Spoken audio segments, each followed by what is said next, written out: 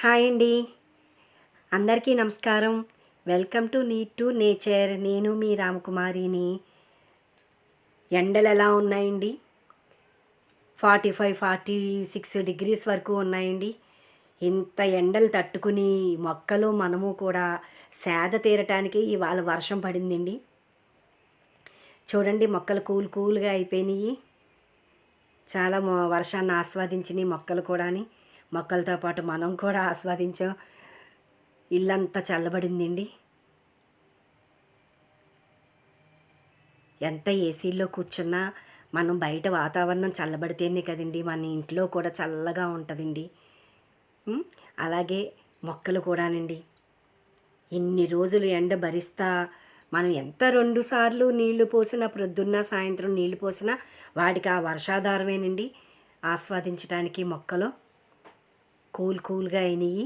చూడండి, వాటర్తో తడిచి పచ్చగా మురికంతా పోయింది, దుమ్ము ధూళి అన్నీ పోయినాయి.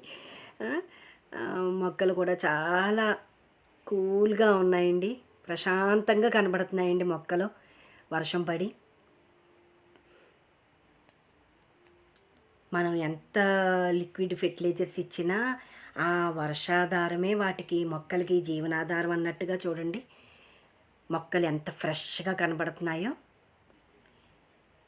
ఆ బార్బడాస్ చెర్రీ చూడండి ఎంత బుషీగా అయిందో. ఇప్పుడు నా ప్రజెంట్ మొక్కలు ఇలా ఉన్నాయండి. మా మామిడి మొక్క పోతొచ్చిందో. నాసిక్ పసంద్ మ్యాంగో తెచ్చుకున్నాను కదండి, అది పోతొచ్చిందండి. ఒక కొమ్మకి పోతొచ్చిందనమాట. అదిగోండి ఆ కొమ్మే, అదిగోండి.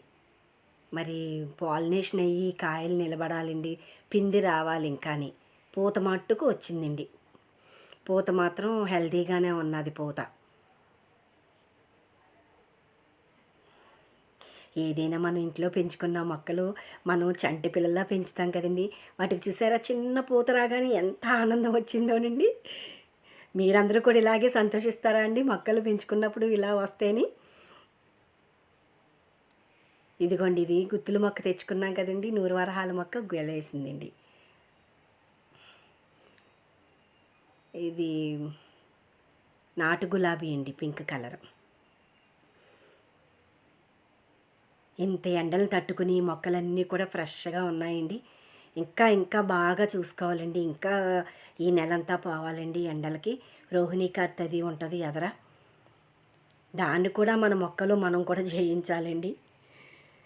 అప్పుడు వర్షాలు పడేటప్పటికి మళ్ళీ బెండ మొక్కలు, వంగ మొక్కలు ఇవన్నీ కూడా పెట్టుకోవాలి.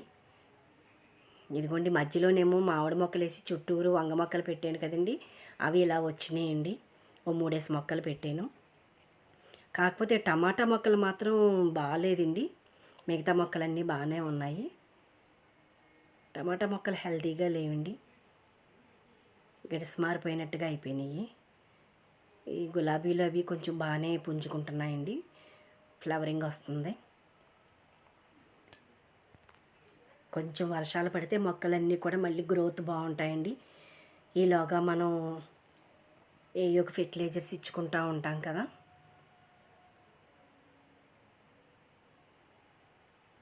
దానివల్ల ఇంకా మొక్కలు బాగుంటాయి. ఇది సంపెంగ మొక్క అండి. ఒక 2 కొమ్మలకి ఒక 5 మొగ్గల వరకు వచ్చినాయి. దీనికో 3, ఇంకో ఈ కొమ్మకో 2 కలిపి 5 మొగ్గలు ఉన్నాయండి. అవి కొంచెం లేటుగా విడుస్తాయండి.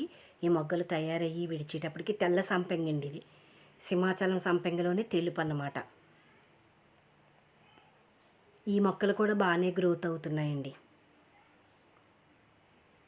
ఈ మొక్క దేవుడి గుళ్ళల్లో ఉంటాయి కదండి, ఇది ఒకటి ఇంకోటి తెచ్చుకున్నాను నేను, పింక్ కలర్ కూడా. అవి వేసుకున్నాను, బాగానే గ్రోత్ అవుతున్నాయి.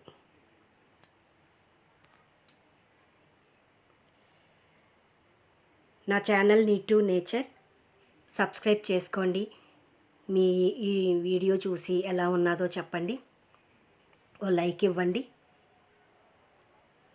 నన్ను మీరు సపోర్ట్ చేస్తారని ఆశిస్తున్నానండి. ఉంటానండి. బాయ్ అండి.